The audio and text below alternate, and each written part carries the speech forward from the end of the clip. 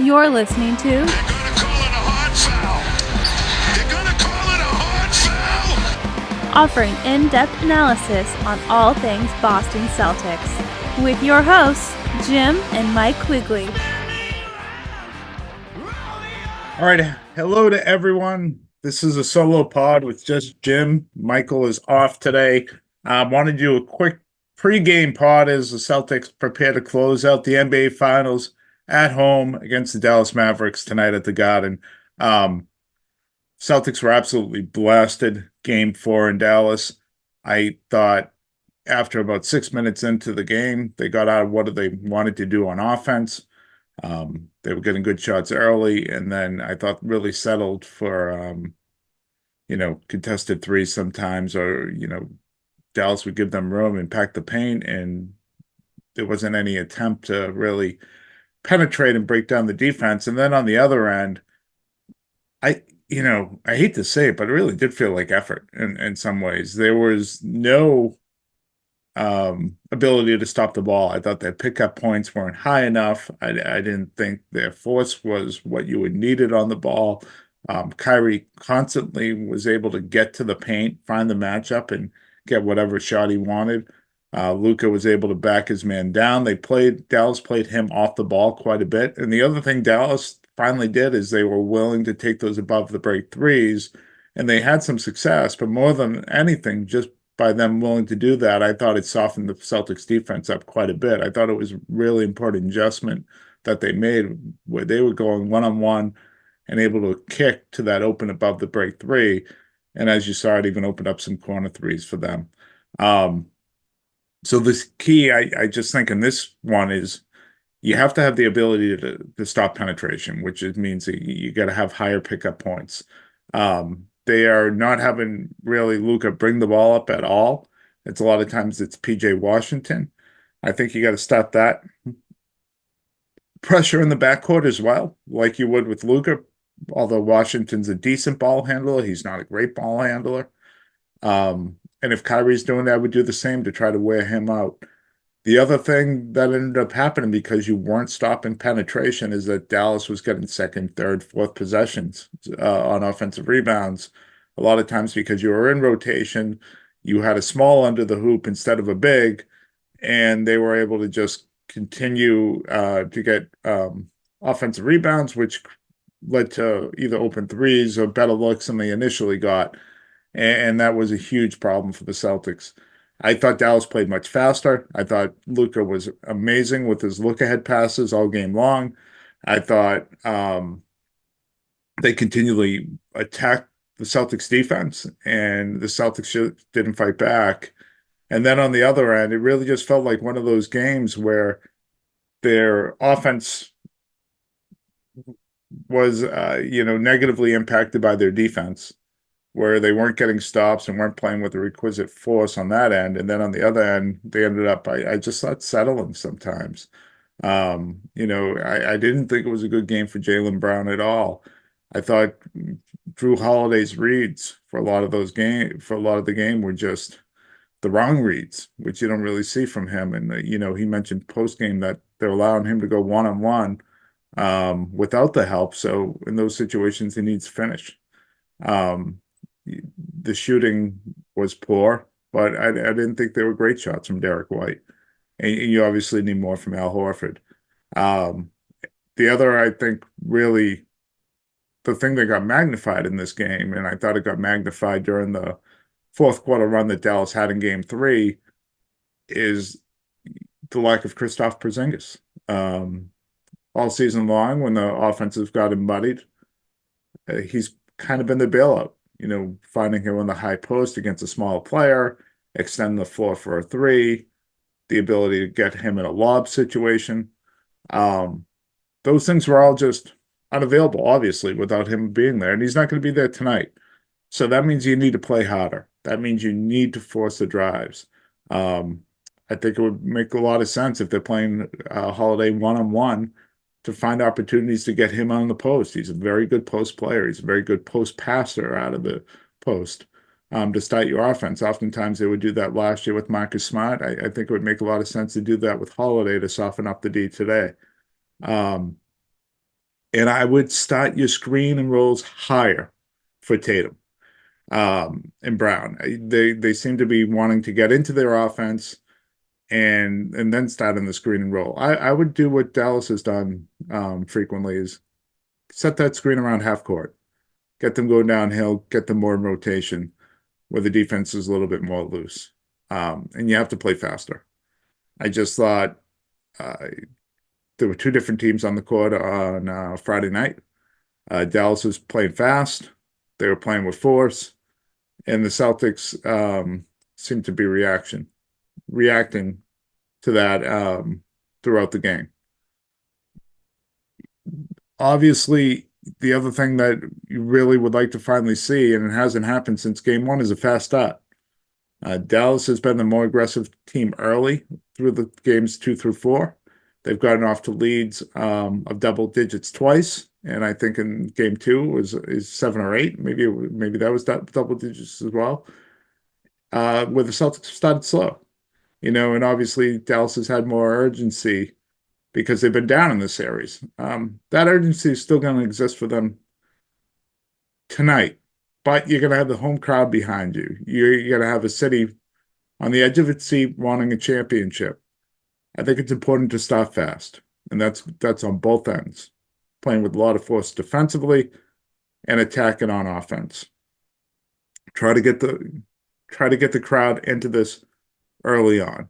Well, that means you don't have to settle for the first open shot. Drive and kick, get them in rotation, and try to take advantage of it that way.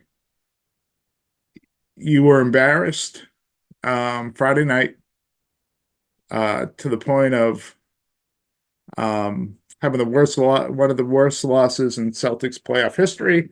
It's among the worst losses in NBA playoff history. You were down as much as or over 40 points in a game. And it just really snowballed on you. Fortunately, none of those points carry over.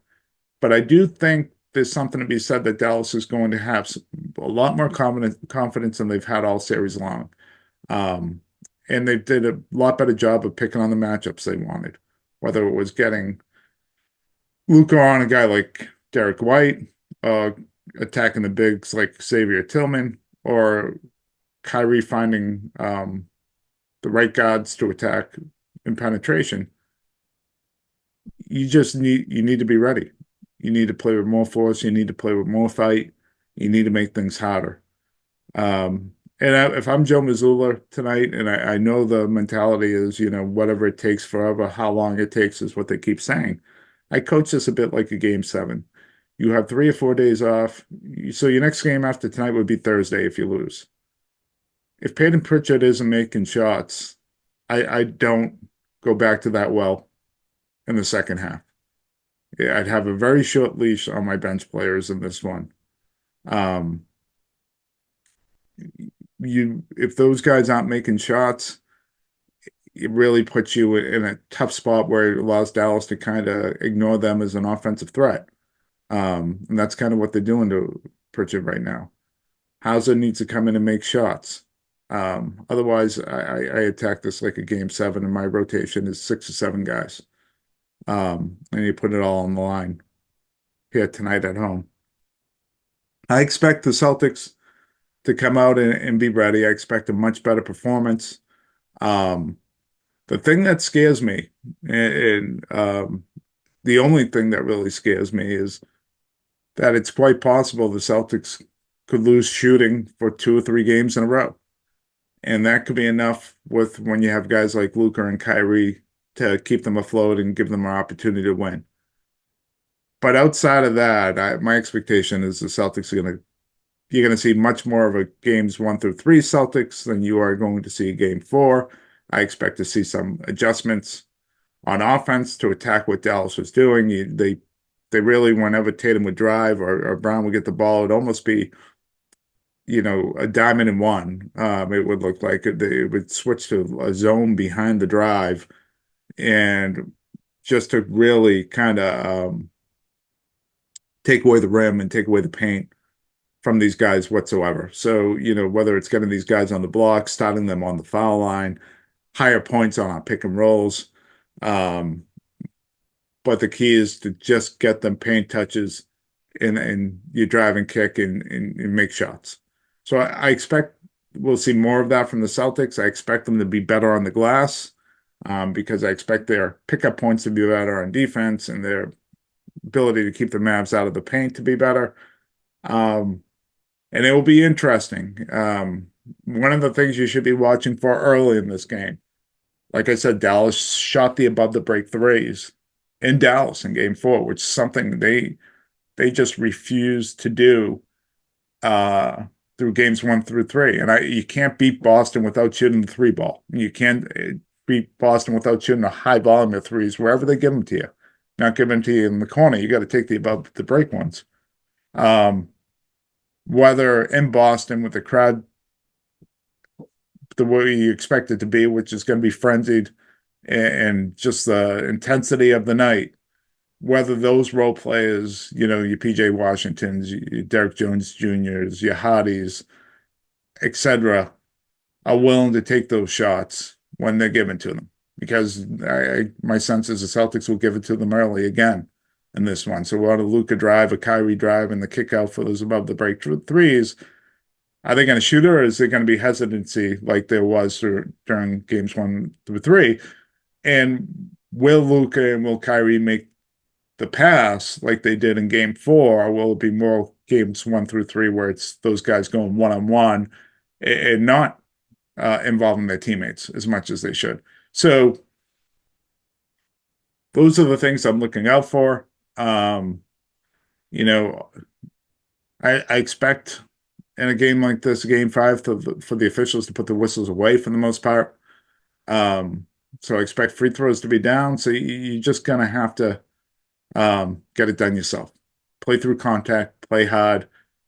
And I think that's going to be key for Jason Tatum, especially when he goes to the hoop. Play to score. Don't play to get fouled. Go right to the hoop, go through these guys, and play to score. The line tonight, 6.5, 7. Look, in a game like this, I'd stay away. I think if you just, even in Celtics histories, when they've been blown up by 20, I think they're 5-1, but the majority of those games in the playoffs in Celtics history, they've been close games. This season, when the Celtics have gotten blown out, and there's been a few times, they've come back the next night and been, balls on fire, and they've killed the team. So I'm kind of torn on which way this one can go. I think the Celtics will win. I'm not sure that they'll cover, though, because I do think Dallas has some confidence coming into this one. Look, it's pretty simple at this point. It comes down to 2 things for the Celtics, really. You need to play harder. Make the requisite 3 things. Make the requisite adjustments off of game 4, something you haven't had to do through games 1 and 3. And I know people hate to hear this, but you need to make shots. The Celtics have been a little bit fortunate through games 1 and 3. I don't think they shot the ball great. They certainly didn't at all in game 2. They haven't shot great at home overall in the playoffs. I don't think they can get away with shooting that poorly tonight, or anything close to that, and not getting what you need to get out of Tatum scoring wise. So those things need to happen. My sense is they will. I think it's going to be a great night at the Garden. Hey, just like 2008, they won it on June 17th, 617 day in Boston today. I think we're going to see kind of the same thing. The only other thing, I guess, is those Kyrie comments from yesterday where he called Celtics fans a cult, or the Celtics organization a cult. For the most part, I thought most of his comments were pretty insightful. I don't know why he decides to step into it like he does every single time. I will say this. The fact that he just can't let things go and say, I could have done things better and I'm focused on game 5 should give Dallas Mavericks fans a little bit of pause that he is not over this thing and that this thing is still in his head in that his history in Boston and playing in Boston since he's left here has obviously been affected either by the crowd noise or ghosts that he's seeing. Because he has not been himself. He's certainly not been the player he was in games 3 and 4 in Dallas when he's played here in Boston. And I actually thought after coming off of game 4 that he was just going to be focused. And when asked about Boston, it was going to be kind of tunnel vision answers, that's in the past. I'm looking forward to game 5 type of thing. The fact that he needs to dive into this, and this, I'm not making a comment on his character. This is a comment on his mindset. I'd be worried if I was the Mavericks franchise and fans, because to me, he has not put it away. He has not put it to bed for himself as much as he says he has. So if I was a betting man, I just see another night where he really struggles. And if that's the case, that's going to be a tough night for Dallas. So, hey, looking forward to the game 5 tonight. I think the Celtics win it. I think we're going to have a celebratory pod, tomorrow morning, and it should be great. All right, everyone, enjoy game 5. Go Celtics. Let's finally finish this thing.